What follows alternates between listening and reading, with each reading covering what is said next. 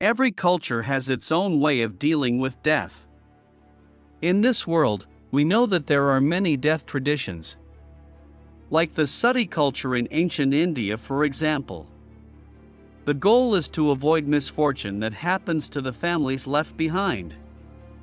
This tradition in India is a quite sad death tradition, which involves human sacrifice in its tradition, where a widow will kill herself after the death of her husband.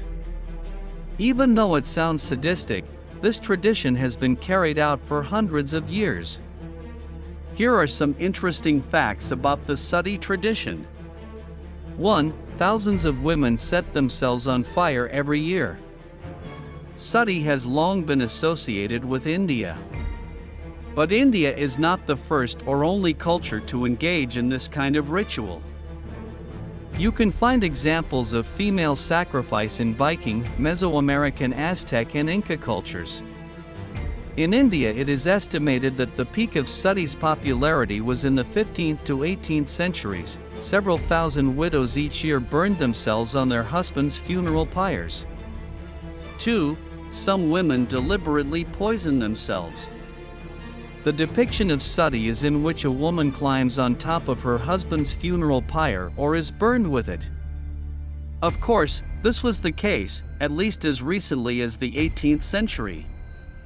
However, a woman could also choose a less painful method, and be placed on a pyre or buried with her husband afterwards. Poison or drug overdose is often the first choice, although in some cases it is enough to put a woman into a coma.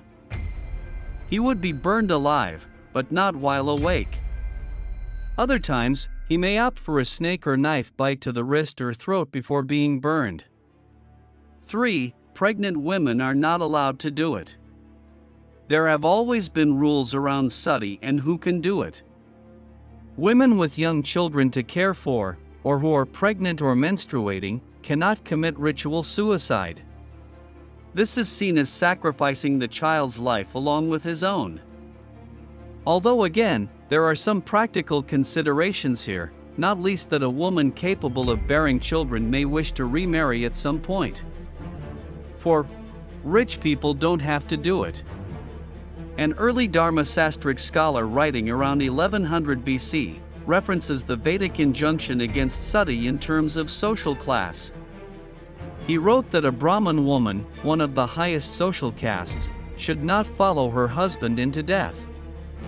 This may have had something to do with the fact that the Brahmins were the leaders of the community, the major landowners, and the death of two such people at the same time would have caused chaos. This could also be a protection against children killing their fathers for inheritance. Then again, it might just be a case of the upper class saying to the lower class, "Well, that's not for us." 5. It has been controversial for a long time. It is probably fair to say that most Hindus today are less supportive of Sati. Firstly, because suicide is prohibited by Hinduism, it immediately results in bad karma and condemns a person to be unattractive in the next life. It was also previously prohibited by Vedic tradition. The Virashaiva movement of the 12th century attempted to ban it completely.